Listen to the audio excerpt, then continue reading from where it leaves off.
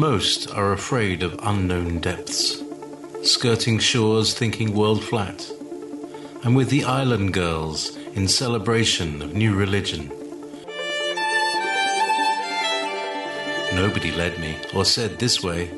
I sailed alone on makeshift raft with wind as companion.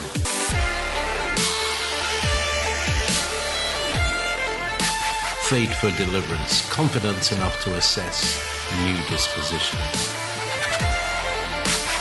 Seekers of lost paradise may seem fools to those who never sought the other worlds. Welcome to Momentary Zen with Zen Garcia. Visit www.fallenangels.tv. You're listening to Revolution Radio. Oh. Can everybody hear me? Okay, for whatever reason, it didn't release off mic. And so anyways, let me share this quote with you really quickly. The quote I'd like to share is from the Book of the Secrets of Enoch, and it begins, "And then I made firm the heavenly circle, and made that the lower water, which is under heaven, collect itself together into one whole, and that the chaos become dry, and it became so. Out of the waves I created rock hard and big, and from the rock I piled up the dry, and the dry I called earth. And the midst of the earth I called the abyss, that is to say, the bottomless. I collected the sea in one place and bound it together with a yoke. And I said to the sea, Behold, I give you your eternal limits, and you shalt not break loose from your component parts. And thus I made fast the firmament." All right. The reason I brought forth this particular passage is because it shows you how the earth as a circle inscribed upon a square was, as it says in Proverbs, encompassed upon the waters of the deep. And it was when the firmament was put into place that the waters above the firmament 1/3 and the waters below the 2/3 of the water below the firmament, as it says in scripture, they were gathered together in order to form the oceans and the seas and the waters that we see upon the earth. And that it was after the waters were gathered together in this manner and formed and encompassed the dry land that the Most High brought forth above sea level the dry land where all the creatures of the earth live and inhabit. And we see that the oceans are also said to be gathered together in one place and bound with a yoke. It's my opinion that we see that yoke as being the mountainous ice range, which has become what we tend to believe is the Antarctic ice wall. And that this is where the limits of the oceans are established, and also that it is there that the firmament comes down and attaches to this portion of the earth, and that together they form what is much like a snow globe. And we live inside of that kind of safe and protected space. And so the other thing that I wanted to kind of cover, because I know a lot of people are wondering about the feast days and when to celebrate them. A lot of people are starting to acknowledge the importance of observing in the best way they can and honoring the Levitical feast days that were mandated by Yahuwah in Leviticus chapter 23. And that the reason these holy days are so important is because they align with the first and what will be the second coming of Christ, as well as the creation and creation of humanity, the banishment of humanity, and the establishment of the earth. That there's a giant story which so few people are giving you much detail upon. Um, and it has to do with the Godhead, the Holy Trinity, the Father, the Son, and the Holy Spirit as the motherly and feminine aspect of the Godhead, that they together reflect what is the unity of a family and that which humanity itself was created in the image of. And so this holy presentation of the dual aspect of what is creation, the male and female aspect, that's what we see represented in the creation itself. And so it would make sense that the creation is made in the image of the Godhead, male and female. And so, you know, but yet so many people would deny even this aspect. The other important thing about the reflection of humanity with regard to the Godhead is that it is also through this duality, male and female, that we have the present war and the contention amongst the angels and amongst the forces of the division of light and darkness playing out.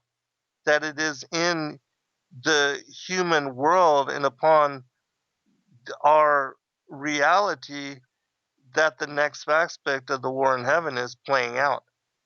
And how it is that the fall of humanity plays into that, that God decided to create, even though he had created all of his angels, he decided to create this other creature, little less than the angels, but one that he very much loved with all of its flaws and all of its um, partiality to being led astray and tempted and deceived, by the angels that the fallen angels that have been temporarily given reign over humanity. But at the end of days, it says in Scripture that we shall judge the angels, and it's because we will replace those that abandoned and left their first estate and were cast down, exiled, and banished here to this world because of it.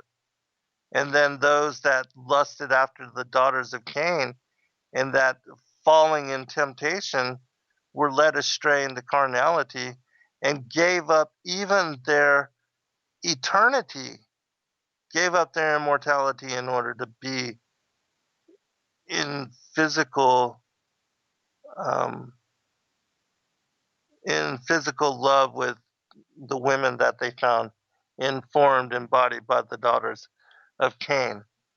And so, that's another aspect of the truth which so many people won't speak about, and that it is, it wasn't an apple or a piece of fruit that led to the fall of humanity, but it was the temptation, the seduction of Eve by the serpent, and that the serpent was um, much like a pedophile in leading astray Eve, and Adam, not knowing any better, um, allowed it to happen. And it caused the downfall of all of them, which God said to the serpent, because he already saw that she was pregnant by him. I'm going to put enmity between your seed and the woman's seed. And he gave the first prophecy that Christ would come into the flesh and crush the head of the serpent. And again, as I said, this is all written into the stars.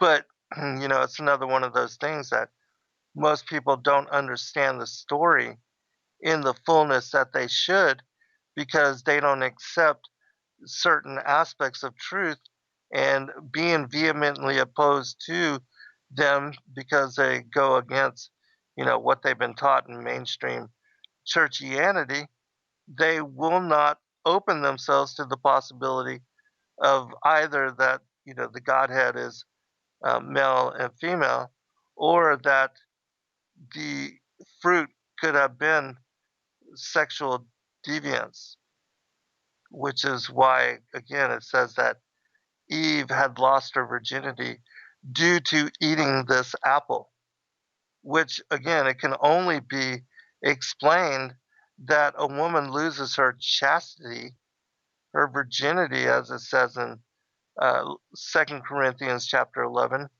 verses 2 and 3, that she was morally, physically, and sexually corrupted, which is exactly what happened, which is why the consequences laid out in Genesis chapter 3 have to do with children, sorrow, and childbirth, and bringing forth descendants that would then need to be fed by, in the case of Adam, the sweat of his brow and working the ground. And so all of the consequences, the repercussions of their eating this fruit, is that children would be born into this world and that a war would be waged between them. And so this is another aspect of the truth which so many people are unwilling to look at, and that's the earth is not a sphere, globe, or a ball, that even the natural properties of water are such that there's no possible way that the earth can be a ball. It just can't happen with the properties of water. And so, no matter what people think about the shape of the earth, it is in no way a sphere. And so that has to be reassessed and reconsidered. And then the other aspect of what I'm going to be talking about tonight is that the calendar, the Sabbaths, and the feast days have all been changed because Satan changes, counterfeits, disrupts, and destroys everything. And so I'm going to speak about how it was that decrypting the book on the courses of the heavenly luminaries, I was then brought to understand the motions and the dynamics for how the luminaries move in the sky above the foundation of the earth.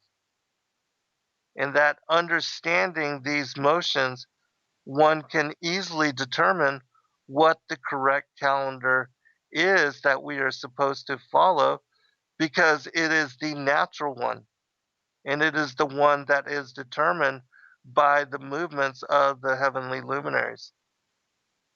And it's not one or the other. So many people follow either the solar calendar or the lunar calendar, or the Gregorian calendar, which is divorced from the moon and not even correct toward to the sun. But anyways, according to Enoch, one has to understand how both the sun and the moon and the dynamics and the motions of both incorporate into what is an even greater cycle, and that is the movement of the zodiac and the precession of the equinoxes over, you know, 20 plus thousands of years. And also how the different motions of the planetary systems themselves in the seven heavens determine certain cycles. And all of these cycles play together to create the clockwork mechanism of the universe.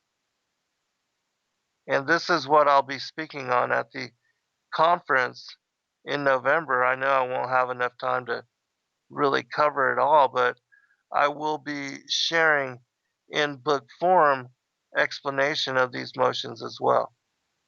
And so I'm going to speak about that because my friend Laurel was giving an explanation to her Sabbath group as to why she believes that they are, even though they're trying to follow Sabbath according to once in every 7 days, Sabbath is set according to the phases of the moon. Because if you really think about it, nobody had ever given you a calendar, and we were all here and had to figure out how to create a calendar. That the things that we would do is observe the motions of the luminaries and determine the cycles that they um, hold in motion, and then figure out if there's something that connects to what we see with regard to the calculation of the measurements of time. And it could be easily determined that the movement of the sun over one 24-hour period creates the day, and that there is both, a lunar and a solar month, but that the movements of the moon are what create the beginnings, the waxing crescent, the beginning of the month, the lunar conjunction, the end of the month, and its quarterly phases, the 4 weeks of the month, and the weeks highlighted but by Sabbath and the quarterly phases of the moon. I mean, it should be easily determined that God would have set something in the heavens to give us indication as to when those things are to be honored by what he has encoded into the stars. And indeed, he has. And so, in my opinion, when you understand and you study the book on the courses of the heavenly luminaries, it becomes plain that Enoch and also the other patriarchs, prophets, and apostles, they understood this calendar, and that it was this specific calendar that was also given to Moses during the Exodus and reestablished during the time that the Israelites were freed from the bondage of Egypt. And he ordained this calendar, and it can be determined that he did so with the way that the feast days, even the Levitical feast days, being set up that on the 15th of the lunar month, which is only on a lunar calendar, that the 15th is every month a Sabbath. And we are to celebrate on the first month, which is the first month is Abib Nisan, meaning green ears, that this is when the harvest is starting to, the spring, everything starts to sprout. And then in the 7th month, when everything is also to be harvested before the coming of fall, that it is in the 7th month of Tishri on the 15th that we are to celebrate the Feast of Tabernacles. On the 15th of Nisan, we always celebrate the Feast of Unleavened Bread. And those days are always a Sabbath. And it's only by observing a calendar which is in sync with the phases of the moon that the 15th of every month will be a high full moon Sabbath. And what better day to have the celebration of those feasts than on the full moons of the 1st and the 7th months? And so, understanding what I'm going to be talking about tonight and confirming with many multiple witnesses as to how the seasons are created as well, this should give those of you that are new to the study of the calendar something to consider, and then utilizing your common sense, come to acknowledge as being what else would God have established than the heavenly luminaries to determine his grand calendar?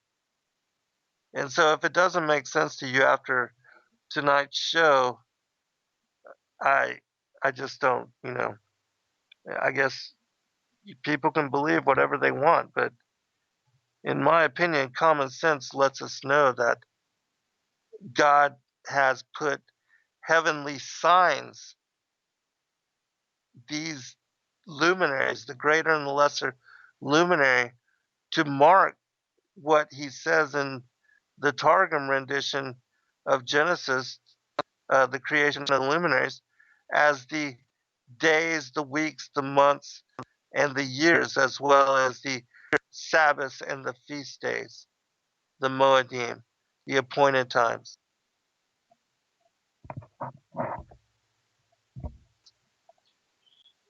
And so that's what we're going to go into tonight. I will begin with, let me find the passage. I'll be right back. All right, we're going to begin with a passage from, hold on, I have to highlight this, a different font color. Okay. I'm going to begin with a passage from the Vedic cosmology, the Srimad Bhagavatam, because this is one that most of you are not familiar with. And it's by sharing this that I'll be able to bring in also what is spoken about by Enoch in the book on the courses of the heavenly luminaries, as well as what Solomon writes in Ecclesiastes in the Bible. But it's the Targum version that you have to study in order to make sense of what I'm going to go into. In chapter 21, the reality of the sun god Surya. So it's speaking about the motions of the sun, just like Enoch does in the portion of the text on the great luminary.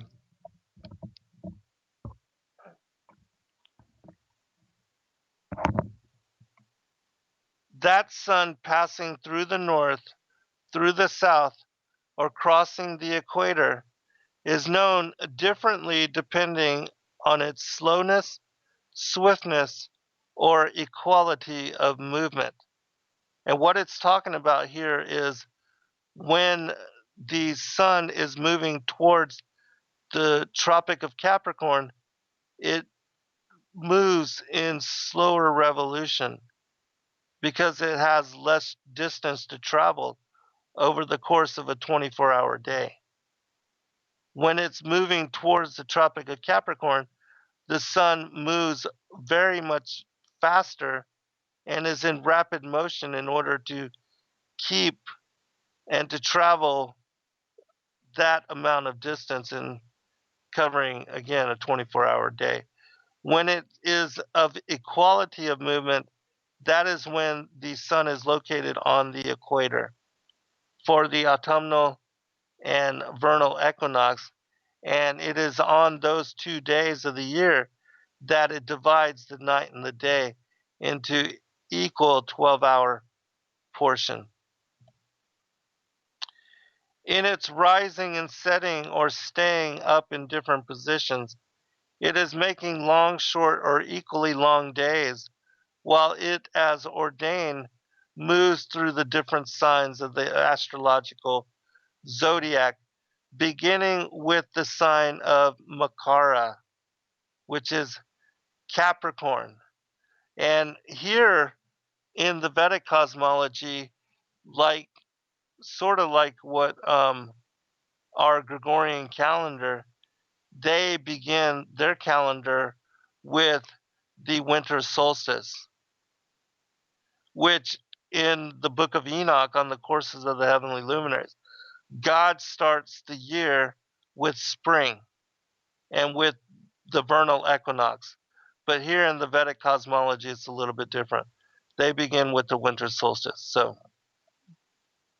So when the sun is in the sign of Makara, which is Capricorn, and we also know that it is when it is on the Tropic of Capricorn that we have the winter solstice occurring. And so the sign of Capricorn also yields with winter and the sun being located on the Tropic of Capricorn. And it says this is from December 22nd to January 19th. And then it says, when the sun enters Mesha and Tula, which is Aries, March 21st through April 19th, and Libra, which is the month of Tishri, September 23rd, which is again the vernal equinox, to October 22nd, or at the equinoxes.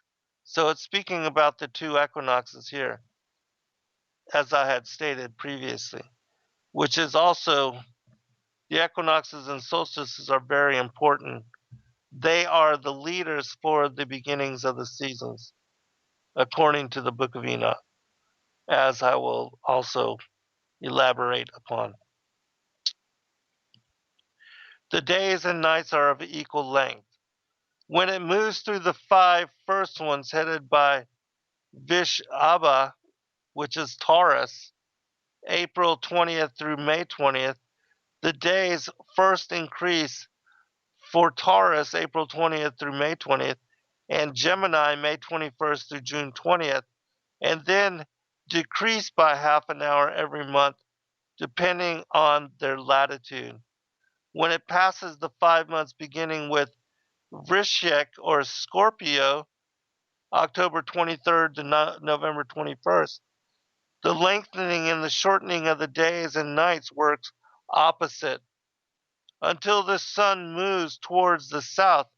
Before the summer solstice, the days grow longer, and until it moves towards the north, before the winter solstice, the nights get longer, which is exactly what Enoch speaks about as well in his text. Thus, encircling with an orbit before the Manasatara mountains, thereabout of 90 yohanas long. So the scholars teach us one on the east side of Meru. Meru is the mount of the congregation located in the center of the earthen plane at the North Pole. Finds Devadani, the city of King Indra. South of it, the one named Samayamani of Yanajara. In the west, the one named Nimlokani of Varuna. And in the north, the one of the moon named Vyabavari. At all the four sides of Meru as the energetic pivot, thus creating sunrise, sunset, noontime, and midnight. It brings about the particular times of the living beings to be active or to cease their activity. So here what it's talking about how is that Mount Meru, or what is called the Mount of the Congregation, is at the center of the earth plane, or what is the North Pole. And then you have, it also describes in the Mercator projection map how from the North Pole there's this whirlpool that surrounds this particular mount of the congregation. It's called Rupus Negra, the Black Rock. It's a completely lodestone mountain, said to be the reason why all the magnetic needles point northward, but that it is divided into four regions, just like you have Eden in the book of Genesis divided into four portions. So is this describing the same thing. And he says that there are four regions and they all, are divided by the cardinal points, and that these cardinal points also determine when sunrise, which is on the east side, sunset, which is on the west side, noontime, which is on the south side, and midnight, which is on the north side, occur. And it's because the sun circles over the course of these 24 hours that we have these 6 hour portions segmented in such way, which is again confirmation that it is the sun moving in circle above us. Those who live in those places are by the sun in the position of the middle of the day always are heated. It moves turning left around the mountain Meru, and from the point where it rises to the diametrically opposite point where it sets, when one locally no longer sees the sun in the sky because it has set, it causes the people to sleep, while diametrically opposite to that place, the people are sure to have seen the sun rising, which, because of its heat, makes them sweat. And so you see that night and day, and these 12-hour portions, according to the movement of the sun back and forth between the tropics, the day gets longer and shorter, and the seasons change according to this motion, which again is exactly what Enoch describes as well. Along with it, also the other planets and stars headed by the moon are seen rising and sitting in the celestial sky. The vehicle has only one wheel with 12 spokes. The 12 spokes are the months of the year. The 6 segments are the seasons, and the 3 pieces to its hub are the 4-month periods, which in its entirety is known as a solar year or a samyasasara. And again, as I said, this is exactly what Enoch describes for the motions of the sun as well. Its axle is fixed on the top of Mount Meru with Manasatara at the other end. The wheel of the chariot of the sun being fixed there rotates to the mountain range of the Manasatara like a wheel of an oil press machine. Fixed to the base of that axle, there is a second one which, like with the axle of an oil press machine, measures a quarter of its length. Its upper portion is fixed to Druvaloka, which Druvaloka is the Vedic word for Polaris, which we know Polaris again is in the sides of the north above the mount of the congregation. It is the center of all the stars, and it, like the earth, is motionless, fixed. It is also indicative of the movements, the establishment of the heavenly temple and the throne room of the Most High God, that there also live the righteous. The home of the righteous, our first estate, and where Adam and Eve were tending God's paradise, is above the vaulted dome. That's why it says in Revelation 20 and 21 that New Jerusalem will descend out of the heavens. Because right now, Adam and his children, the tree of life, all of that is above the vaulted dome in the garden of God. But that it will come down here to the earth for the millennial reign.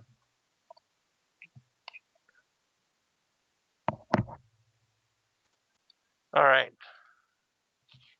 What I'm going to speak about next is how the orientation of the star, the heavens are, and how it is that the what are called the planets of the universe, which are the sun, the moon, Mercury, Venus, Mars, Saturn, and Jupiter, these 7 heavenly bodies move in circle around Polaris. There are no luminaries or planets bound to the sun or circling around the sun. All the luminaries move in orbit around Polaris. There's no exception. And as I said, there's no luminaries moving around the sun, even though they would give the appearance. And because people don't understand their motions, that can be misconstrued as being the motions for those planets. But in reality, the firmament from the North Pole down to the base of the firmament where it joins the Earth is divided into 7 concentric rings. And it is these 7 rings that each of the wandering stars are placed upon and move in circle. So it's almost like you can consider Polaris as being the sun. It's fixed at the center of this, well, I guess what you would call a solar system or a star system. That the wandering stars all move in circle and at wider and wider range as you move outward from Polaris. And so at the very top, it says in the book of Enoch, on the first and uppermost circle, I placed the stars Chrono, which is Chronos, and that is also Saturn, the star Saturn. And on the second is Aphrodite, which is Venus. And on the third, Aries or Mercury, Hermes. Oh, actually, no, Aries is Mars, sorry. The third, Aries, is Mars. And so on the first circle, closest to Polaris, you have Chrono or Saturn. And on the second one is Venus. And then you have Aries, which is Mars. It doesn't say what is on the fourth here. But on the fifth one is Zeus, which is, we know, Jupiter. And then on the sixth is Hermes, which is Mercury. And then on the seventh, Lesser, the moon, which, yes, the book of Enoch does speak about there being another moon, the lesser moon, out there in our star system, which I take that to be one of uh, those objects which are responsible for the eclipsing of the moon during the lunar eclipse, in my opinion. And on the lower, I placed the sun for the illumination of day, and the moon and stars for the illumination of night. And so we have on the lowest circle the sun and the moon and other stars. And that's in 2nd Enoch chapter 30, verses 4 and 5. This same thing with regard to the heavens being divided into these 7 portions is also spoken about in other places. Like, for instance, in the second book of Enoch, God also, this is Yeshua as the Word, speaks about dividing the heavens into these 7 portions, and how he had placed his throne above the vaulted dome, and that it's beneath the vaulted dome that the 7 heavens are created for these particular stars. So I'll read this and I'll explain it, because I'm going to go into something else that is also tied to this as well. I commanded in the very lowest parts, that is, the visible, the physical things should come down from the invisible or spiritual. And Aduel came down very great, and I beheld him, and lo, he had a belly of great light. And I said to him, Become undone, Aduel, and let the visible, the physical, come out of you. And he came undone, and a great light came out. And I was in the midst of the great light. This is Yeshua. Because remember, he is the light of the world, remember. This is also speaking about when God said, Let there be light. When everything, Sophia had descended, the Holy Spirit had descended upon the darkness and the bottomless. And then let there be light. God called forth Christ as the light of the world. And then everything became visible.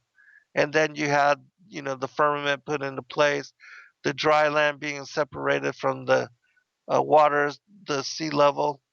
And then, after that, the stars, the luminaries, were put into place within the tabernacle of the firmament. And so, continuing. And I was in the midst of the great light, and as there is born light from light, there came forth a great age, and showed all creation which I had thought to create. And I saw that it was good, and I placed for myself a throne, and took my seat on it, and said to the light, Go thence up higher, and fix yourself high above the throne, and be a foundation to the highest things. And above the light there is nothing else. And then I bent up and looked up from my throne. And I summoned the very lowest a second time, and said, Let Arcus come forth here. And he came forth, and from the invisible, the spiritual, and Arcus came forth hard, heavy, and very red. And I said, Be open, Arcus, and let there be born from you. And he came undone, and an age came forth, very great and very dark, bearing the creation of all lower things. And I saw that it was good, and said to him, Go thence down below, and make yourself firm, and be a foundation for the lower things. And it happened, and he went down, and fixed himself, and became the foundation for the lower things. And below the darkness, there is nothing else. And so he's talking about here how heaven and hell connect with the plane on the uh, with the plane of the earth. That the earth is the meeting place, the conjunction, the union point for the spiritual and material worlds, light and darkness. And that's how the creation is set up. Is that, God sits above the vaulted dome. You have these seven heavens, then the earth, and then you have seven hells. And I commanded there should be taken from light and darkness, and I said, Be thick, and it became thus, and I spread it out with the light, and it became water. And I spread it out over the darkness below the light, and then I made firm the waters, that is to say, the bottomless, which we know again, there's a whirlpool at the center of the vaulted dome, which drains the oceans of the water into the interiors of the earth, and also every 6 hours spews them out, and creating the high and low tide. And I made foundation of light around the water, and created seven circles from inside, and imaged the water like crystal, wet and dry. This is the firmament. that is to say, like glass, and the circumcision of the waters, and the other elements. And I showed each one of them its road, and the seven stars, each one of them in its heaven. And they go thus. And I saw that it was good. And I separated between light and between darkness, that is to say, in the midst of the water, hither and thither. And I said to the light that it should be the day, and to the darkness that it should be the night. And there was evening, and there was morning, the first day.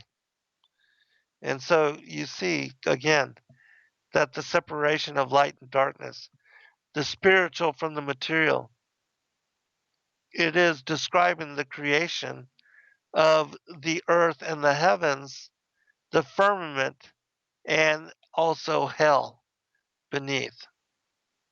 That these three things are what was specifically created on the first day.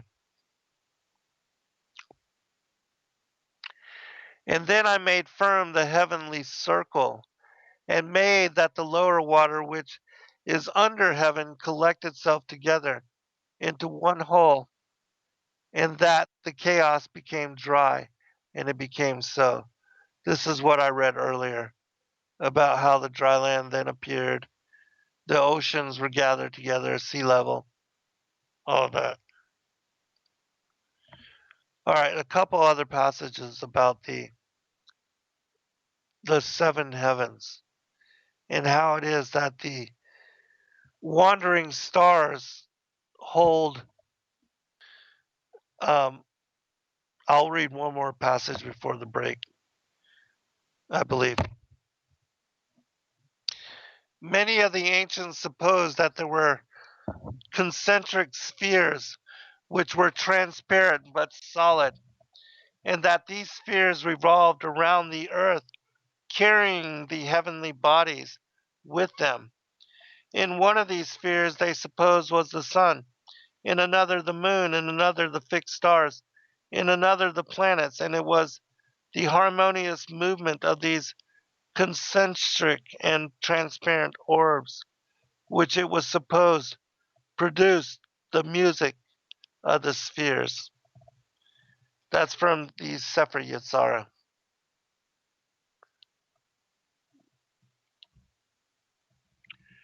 We're almost at break, and so I'll try to read this too.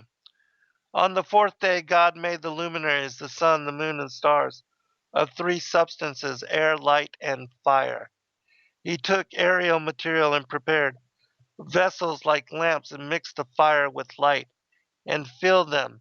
And because it is the nature of fire, there was no light nor heat in that of light.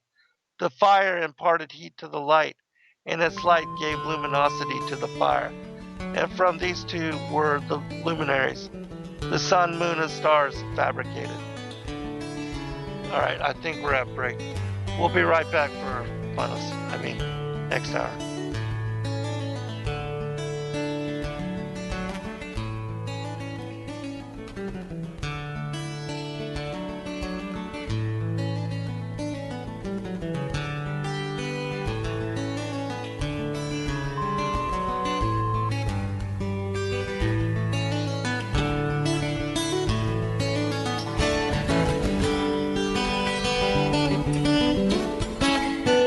Listening to Revolution Radio at freedomslips.com, and we'll be right back after this message.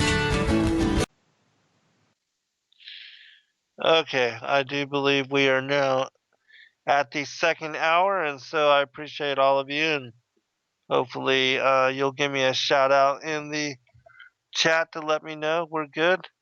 But I know you are just a few minutes behind me, and so, but yeah, I've asked them to kind of get that fixed, but as of now, nothing. But you know, it's the update, so all right.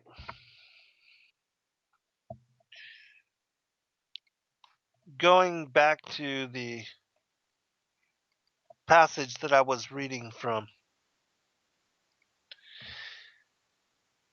You'll notice that here, this is from the Book of the Bee, and it's speaking about the creation of the luminaries on the fourth day, the sun, the moon, and the stars. And it says that they are made of three substances: air, light, and fire.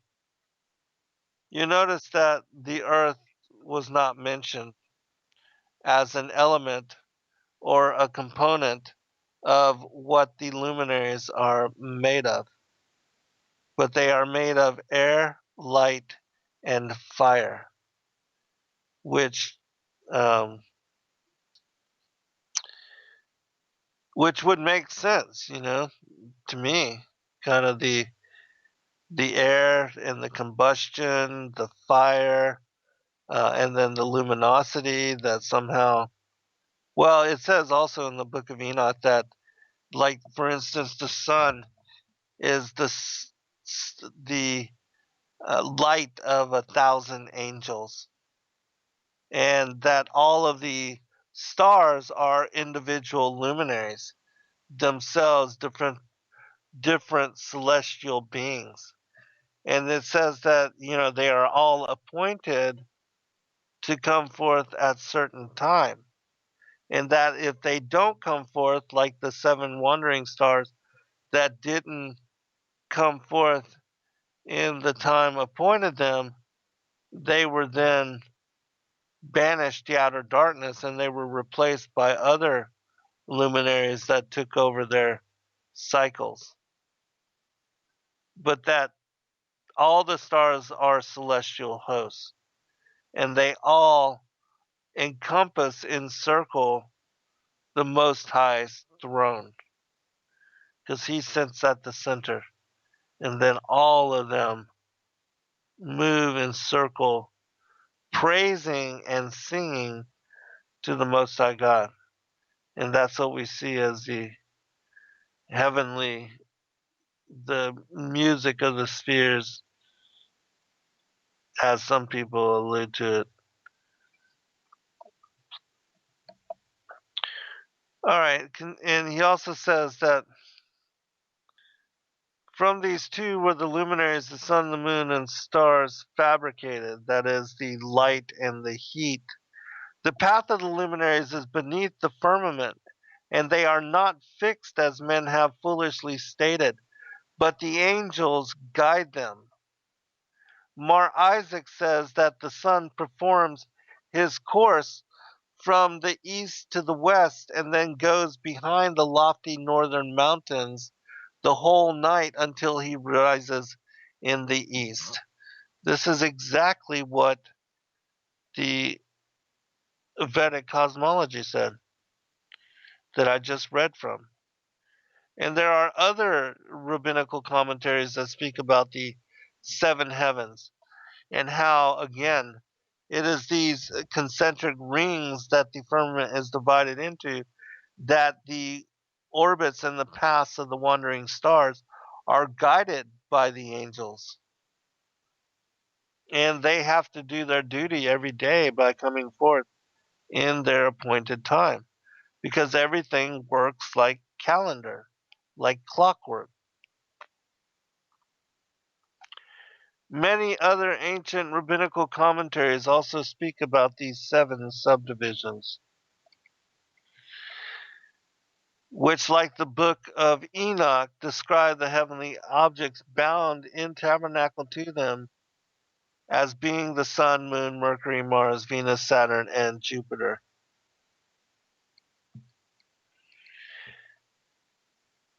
In the Sefer Zohar, the book of Zohar, it says, firmament from Latin firmamentum, considered as fixed above the earth. From Latin, a prop or support, from firmare, to make firm. The motion or momentum of the energy. Rabbi Yehuda said, seven firmaments or cosmoses are there on the outer space founded, and governed by the great law of universal harmony, of which the tetragrammaton or sacred name is a symbol of unity. Firmament, the Hebrew rakia. God places a firmament between the waters of the earth and the waters of heaven to separate them. Some say there are two firmaments based on a biblical verse, but most teach that there are seven. Later tradition identified the word rakia as referring to just one of the seven heavens, the level that holds the heavenly bodies. This is from Encyclopedia Mythica. These seven double letters he formed, destined, designed, created, and combined into the stars of the universe, the days of the week, the orifices of perception in man, and from them he made seven heavens and seven planets, and from nothingness, and moreover, he has preferred and blessed this sacred heptad. These seven are planets of the universe: the Sun, Venus, Mercury, Moon, Saturn, Jupiter, and Mars. The 7 days are the days of creation, and these are the seven gateways of a man: his 2 eyes, 2 ears, 2 nostrils, and a mouth, through which he perceives by his senses. By these seven letters were also the seven worlds made: seven heavens, seven lands, seven seas, seven rivers, seven deserts, 7 days, as before 7 weeks from Passover to Pentecost, and every seventh year a jubilee. That's the Sefer Yetzirah. It's speaking on the significance of the number seven and how the Most High created from seven, the sacred heptad, the seven heavens and the seven planets, the 7 days of the week, and that the Sabbath, the Jubilees, even, with Passover, the 7 weeks, perfect weeks from Passover to Pentecost. I mean, so much is in a pattern of seven, which again is why we should honor the quarterly phases of the moon and allow them to determine the Sabbaths, because they are the only sign in the heavens that give such determination. And wouldn't it make sense that God would have something to be indicative of and to divide up the month so that we can correctly know by its movements when to celebrate Sabbath? I mean, it's common sense. And yet, because people think the lunar Sabbath is difficult to follow when it's totally not. It's so easy. It's easier, and it's the only one that you can visually go by without having to write down anything or memorize what day we are on. You can always determine by the phases of the moon what day of the month it is and when to celebrate the weekly Sabbaths. All right, continuing. The 7 days of the week are called after the seven planets: the Sun, the Venus, Mercury, the Moon, Saturn, Jupiter, and Mars. In what order are they placed in heaven? They are distributed there as Sun and Moon and the 5 planets. The firmament is divided into 7 degrees, one above the other. There are 7 distinct places for these 7 planets, and this is their order. The first degree is near the earth, and this is the lowest degree, is the habitation of the moon, in which the moon makes a circuit round the firmament. The second degree is the habitation of Mercury, in which it describes its circuit in the firmament. The third degree, the habitation of Venus, in which it also describes its circuit in the firmament. The fourth degree is the middle of them, the habitation of the Sun, which completes its circuit of the heavens in 12 months. The fifth degree is the habitation of Mars, which makes its circuit in the firmament. The seventh degree is the highest of all, the habitation of Saturn, which completes its circuit in 3 years. Interesting. This tells you what the influences of the planets are. Because again, the planetary cycles are important for certain aspects of the calendar system, which we do not incorporate. Because even those that follow the lunar solar calendar don't really pay attention to the orbits and the cycles of the planets. But these, according to Enoch, also have importance, and they affect us differently according to what they are ascribed to rule over.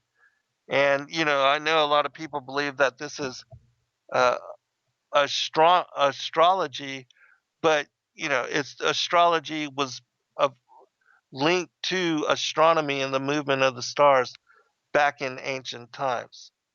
So here's what it says about that. This is the order of their work. Saturn is appointed over the poor and needy, women over faintness and sickness, diseases of the body, and over death. His appearance is like that of an old man with a sickle in his hand. Mars is appointed over war, bloodshed, and the sword, over the wicked and over slander, over strife, battle, hatred, jealousy, quarrels, over warriors, wounds, injuries, bruises, over fire, water, and destruction. His appearance is like that of an armed warrior with a sword in his right hand, and he appears like a man of wrath and a stirrer up of strife. Wherever he turns, wickedness appears, ensues. He looks terrible in his coat of mail, and with the spear which he bears in his left hand. Jupiter is appointed over life, peace, and good, over prosperity, tranquility, joy, pleasant conversation, rejoicings, riches, greatness, sovereignty, and majesty. His appearance is like that of a valiant and noble looking man, and his head is that of a ram. Venus is appointed over kindness, favor, love, lust, passion, desire, marriage, the birth of man and animals, the fruits of the earth and the fruits of the tree. Its form is that of a young girl beautifully adorned and swaying a, a branch of a tree in her hand. Mercury is appointed over wisdom, discretion, understanding, knowledge, and the active intellect, enabling one to unravel mysteries, to devise plans in every branch of work, and in the writings of any language. Its form is that of an old man with thin lips. He possesses wings, and the lower part of the body is like a dragon.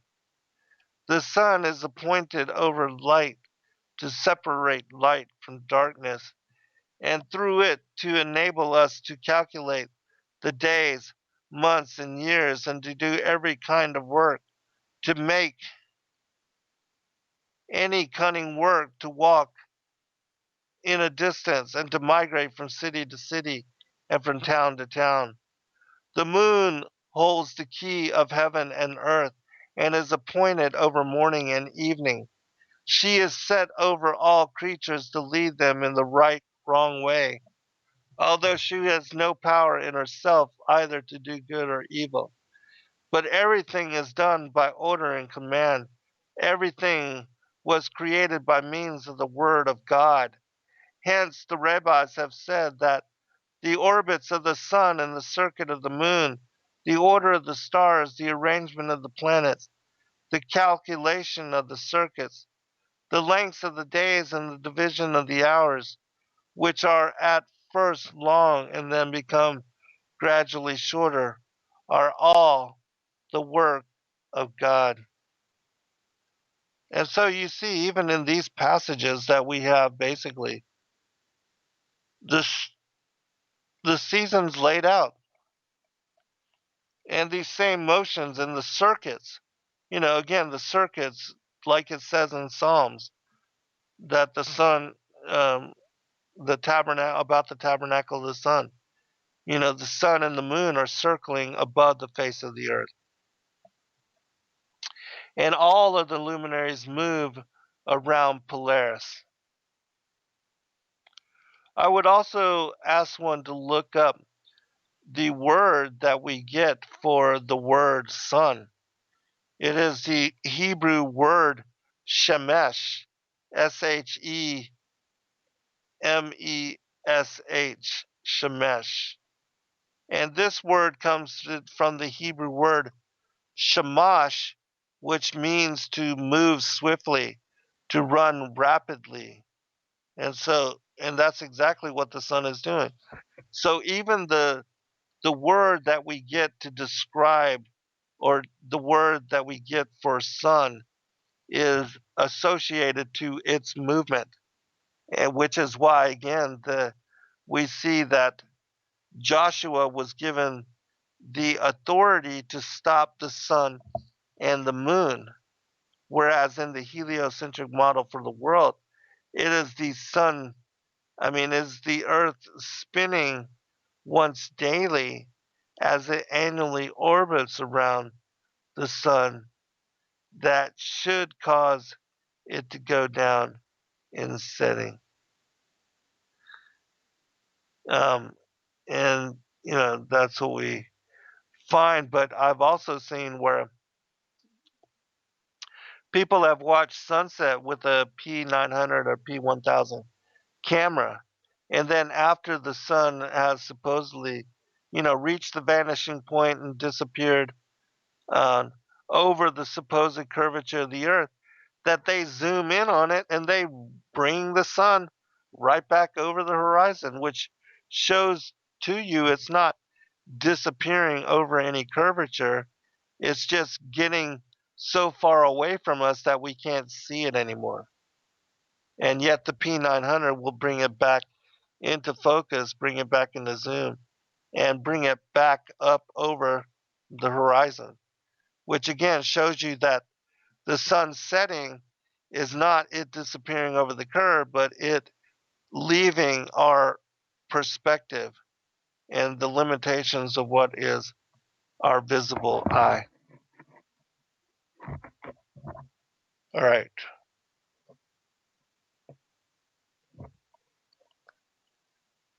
Couple other things I want to cover here.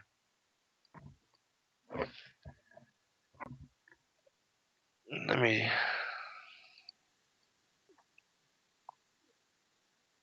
me pull up my notes here, and I wanted I moved pretty quickly in getting through that information, which again, understanding what the different scriptures and passages and the different wisdom traditions of, even like for in the case of the Srimad Bhagavatam, we have the Vedic cosmology, that all of them are describing, just like my description of the motions of the motions of the sun, the moon, the wandering stars, the other stars, all of them circling around Polaris, that this is what creates the different calendars. You have described in Enoch a 364-day solar calendar where the sun every 30 days goes through one of the 6 gates of heaven, and these gates are these concentric rings which, spiraling outward from Polaris, um, run from the Tropic of Cancer to the Tropic of Capricorn.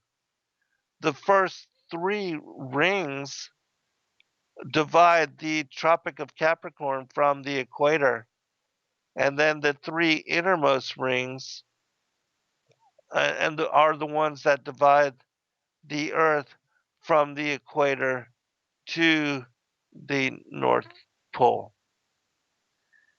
And these six gates of heaven, it takes the sun 30 days to go through each one of them.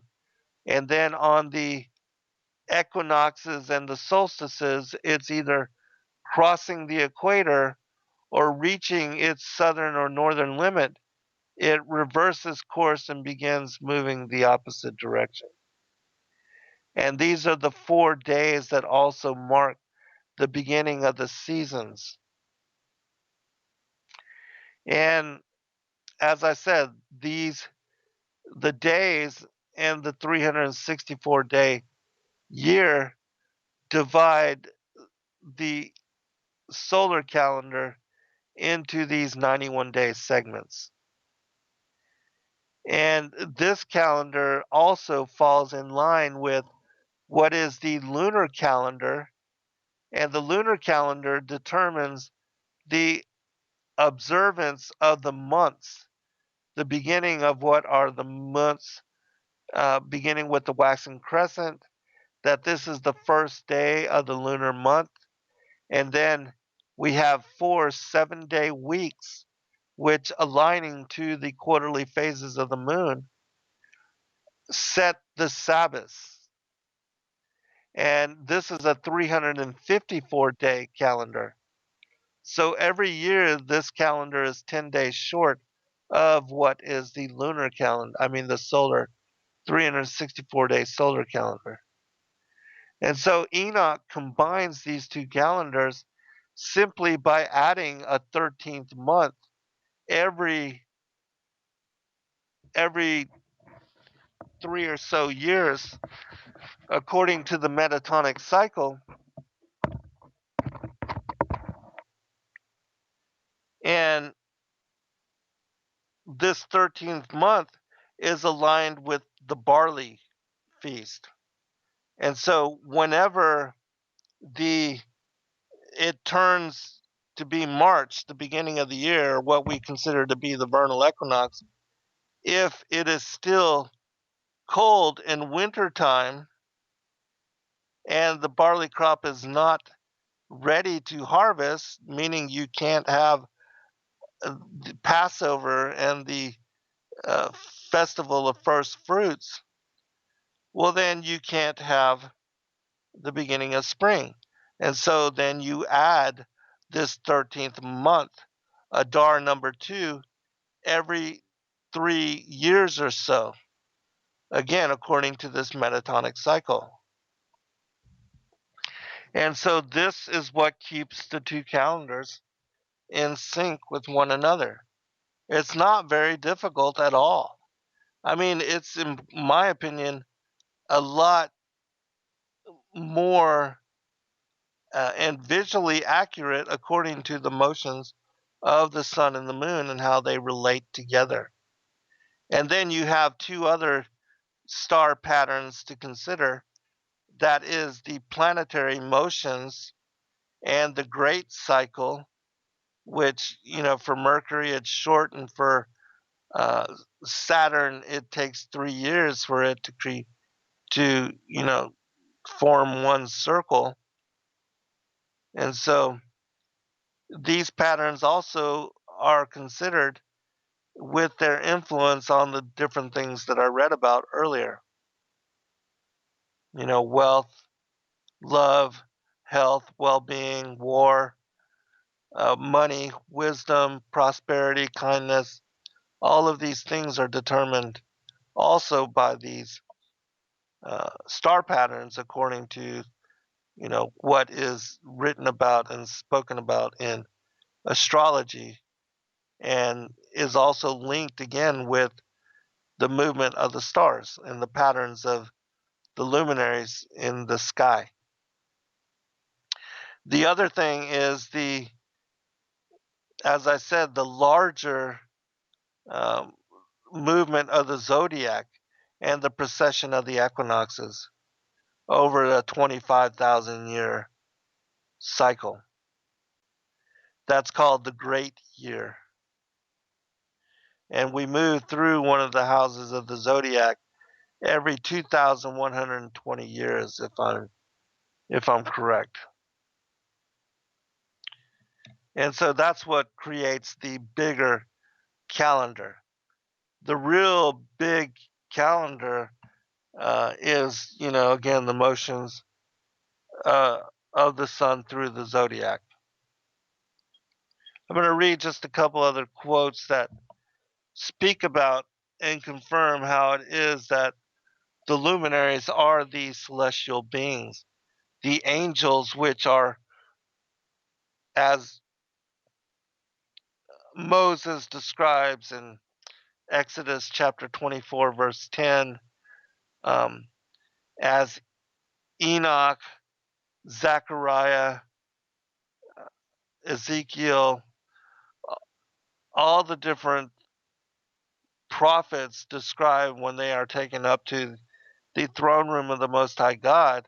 Like, for instance, John in Revelation, seeing God seated on the vaulted dome of the earth, the sea of glass, and that the seraphim, the Ophanim, um, and the cherubim angels are all seated in circle around the Most High God.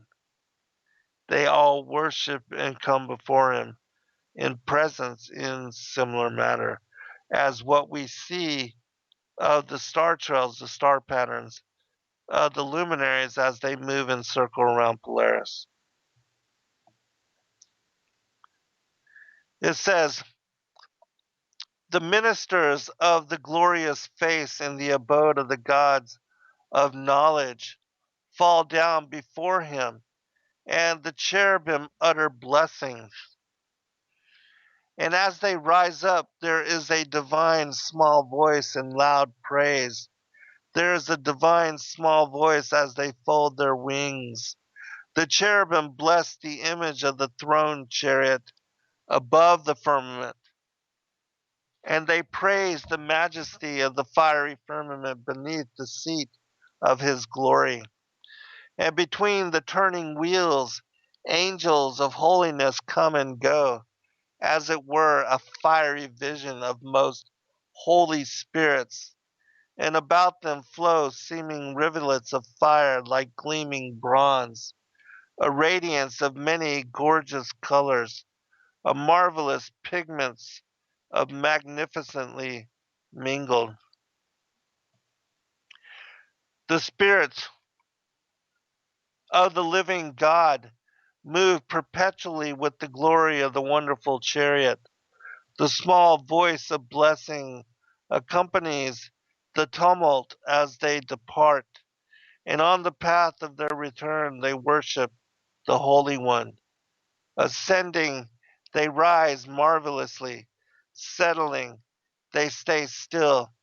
The sound of joyful praise is silenced, and there is a small voice of blessing in all the camp of God. And a voice of praise resounds from the midst of all their divisions in worship, and each one in his place. All their numbered ones sing hymns of praise to the Most High. This passage is from the Book of the Bee. It says, heaven is like a roof to the material world and will serve as the floor of the new world. It is by nature shining and glorious, and is the dwelling place of the invisible hosts. When God spread out this firmament, he brought up above it a third part of the waters, and above these is the heaven of light and of the luminaries. Hence, people say, the heaven and the heaven of heavens, for we call both the firmament and the waters which are above it heaven. Some consider that the verse, let the waters which are above the heavens praise the name of the Lord, to refer to the holy angels and to our Lord's humanity. That's the book of the bee on the heavens. In the legends of the Jews, it says, thus one earth rises above the other, and from the first to the seventh, and over the seventh the heavens are vaulted. From the first to the seventh, the last of them attached to the arm of God. The seven heavens form a unity. The seven kinds of earth form a unity. And the heavens and the earth together also form a unity. As I said, the earth is the place where the um,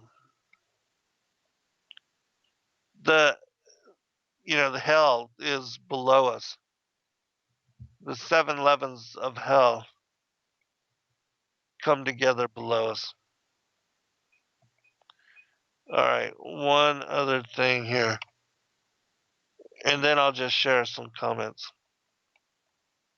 These are about the overall dynamics of the heavens.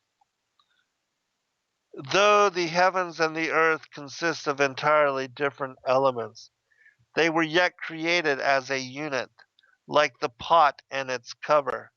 The heavens were fashioned from the light of God's garment, and the earth from the snow under the divine throne. Thus, again, the earth rises above the other, the first to the seventh, and they form a unity. And the heavens and the earth together also form a unity. There's several passages which also affirm, as I have been stating, that it is the earth which is motionless. In the Bible, as well as in all the other scriptures, the extra canonical and other texts which speak about the motions of the luminaries, like the book of Enoch, the book on the courses of the heavenly luminaries.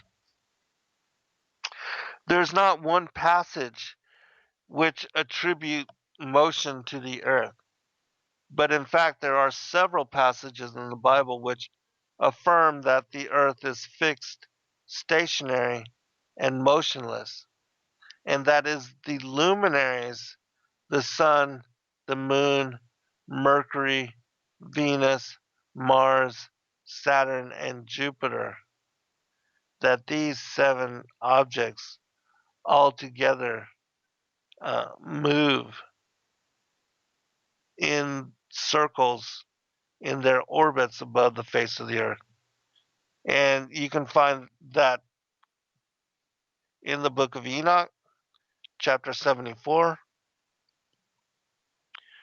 Uriel showed me the angel whom the Lord of glory appointed over all the luminaries of heaven, and in the world, that they might rule in the face of the sky, and appearing over the earth, become conductors of the days and nights, the sun, the moon, the stars, and all the ministers of heaven, which make their circuit with all the chariots of heaven.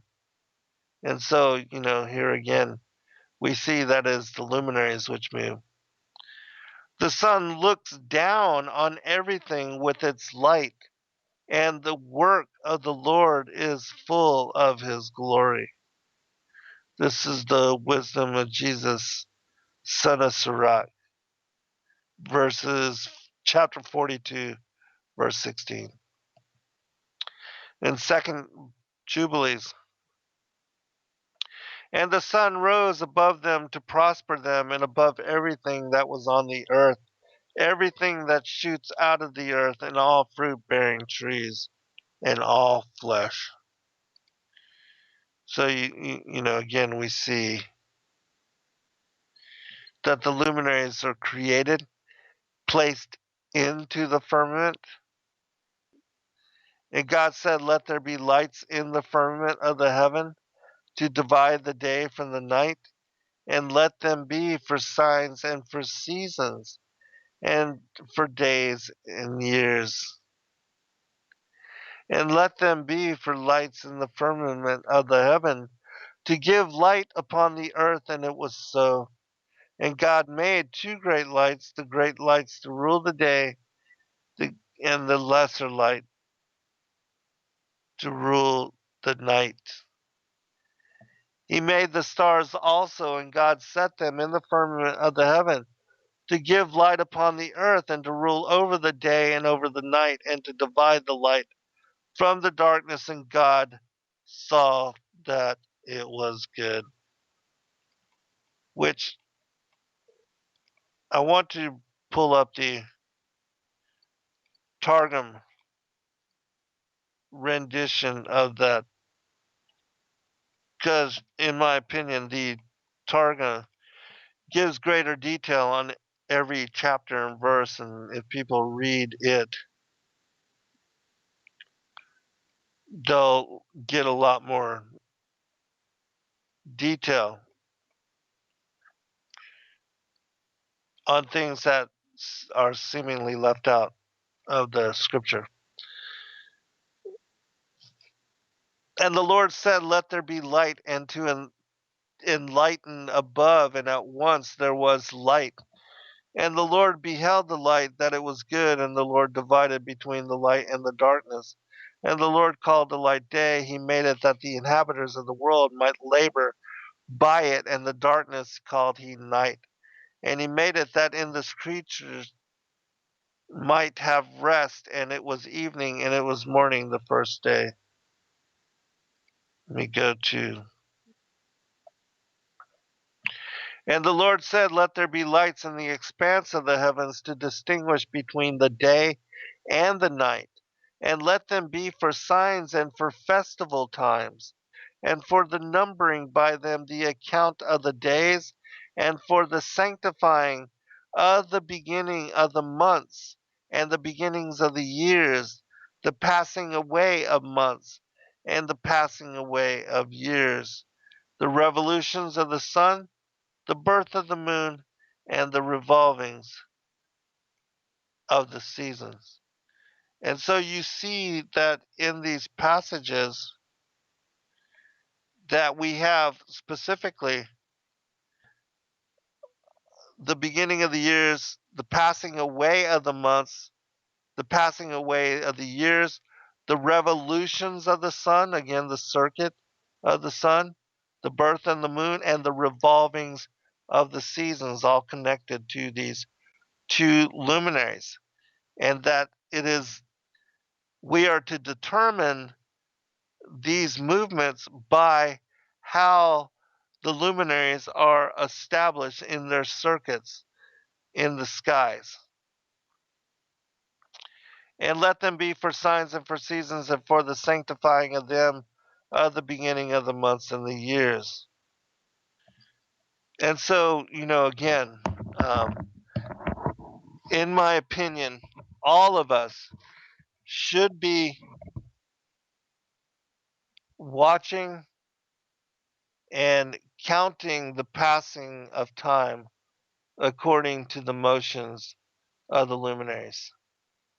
And I will be sharing this because Rob just put out a post on his Facebook asking people to explain the calendars and why they think they've got it all figured out. And it's not that, I've got it all figured out. I'm just telling you what Enoch tells us and has written in his book thousands of years ago.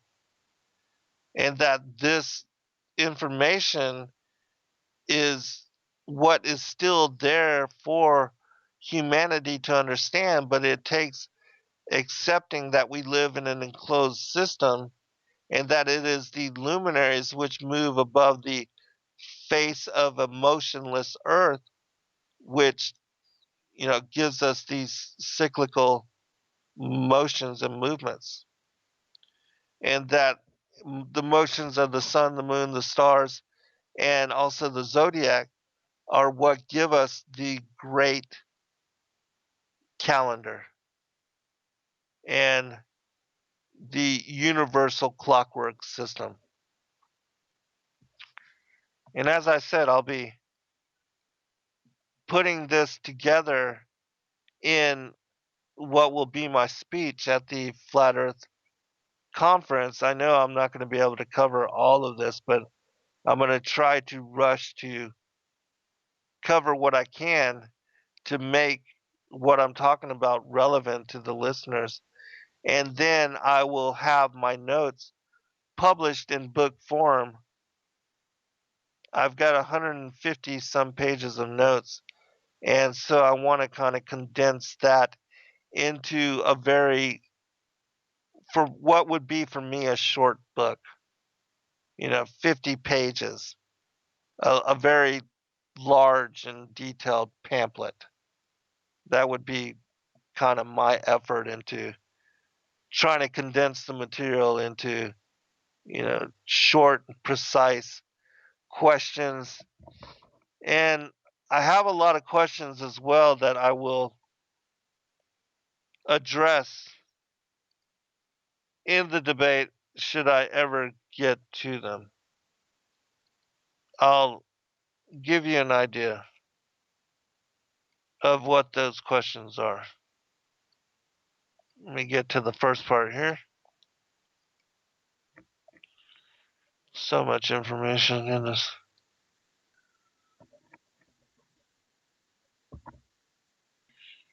Okay. I'm not. Okay, here it is.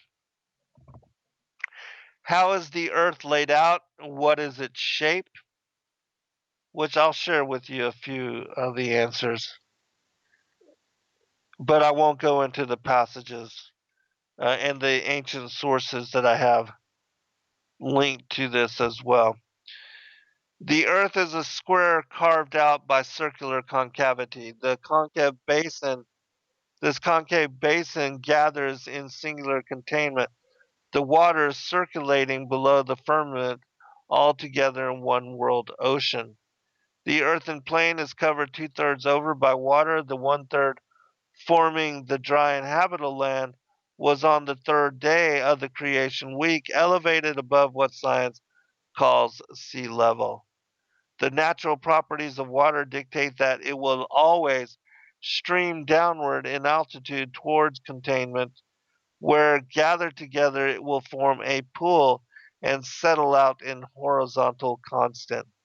It is scientifically impossible for water to adhere to a ball or settle in visual representation uh, as a sphere or a globe. Which again, I mean, that should end the debate of whether the Earth is a globe or a plane. It simply can't be a globe. I mean, it's the properties of water make it such that there's no possibility for it to take on such shape. Is there an end to the earthen plane?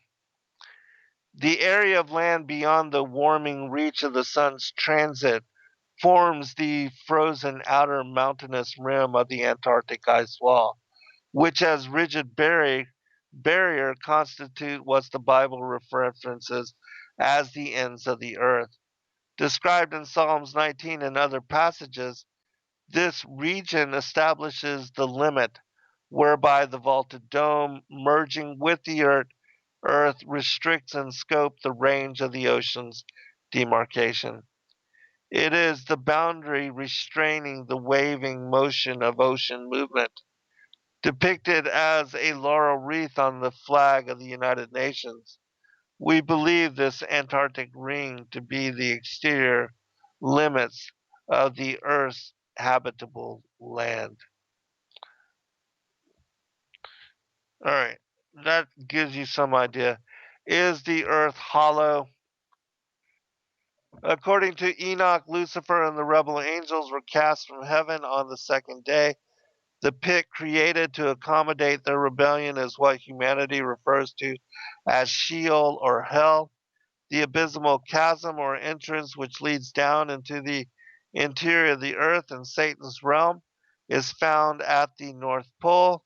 also known as the Great Abyss or Bottomless.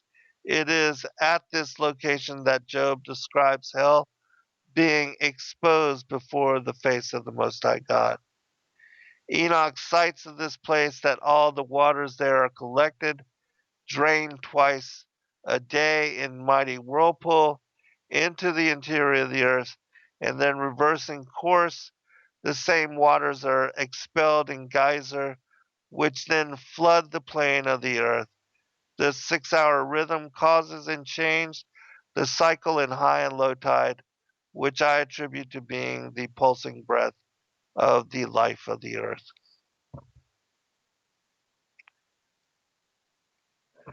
Tartarus, the deepest level of Sheol, is believed by the Greeks to be uh, the holding place of the giants and the fallen angels. It is as far from the throne room of the Most High God as the vaulted dome is from the earth. Also called Gehenna or the grave, these different terms are in actuality just varying segments of what the ancient peoples believed to be the internal layers making up Hades. These are the different regions of Satan's realm which comprise in downward descent and depth the place where the wicked are held, awaiting the Lord God's judgment. What is the vault of heaven? I'll just read this last one and then we'll end with comment. According to the Bible, what is the firmament and its purpose? When one looks up the original Hebrew term translated as the English word firmament in Genesis 1:6, one will find the word rakia, which in definition refers to a solid, extended surface and broad reaching expanse. Also incorporated implicitly into the meaning of its definition is the idea that as structure, the firmament was formed in permanence, which is why it is described as being characteristically rigid, stable, hard, stiff, and unyielding in nature. One can picture it as a heavenly canopy, a vaulted arch, and a dome like curtain. It encompasses and encloses within its expanse the sky and what science calls outer space, where the heavenly luminaries are located. Its purpose is to divide the waters of the above from the waters of the below, creating an enclosed space whereby the earth could be dried and luminaries placed.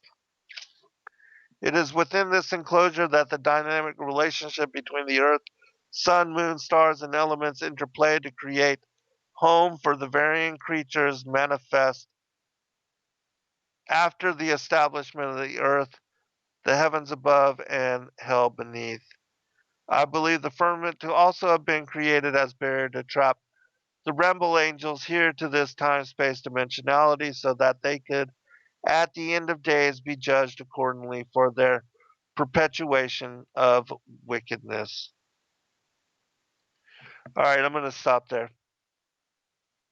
Yeah, I don't have time to get into anything else, but just wanted to pique your interest and also, do a show that would explain to people why it is I believe that, the calendar must be determined by the motions of the sun and the moon and stars and planets, as Enoch describes in the book on the courses of the heavenly luminaries. All right, God bless all. Good night.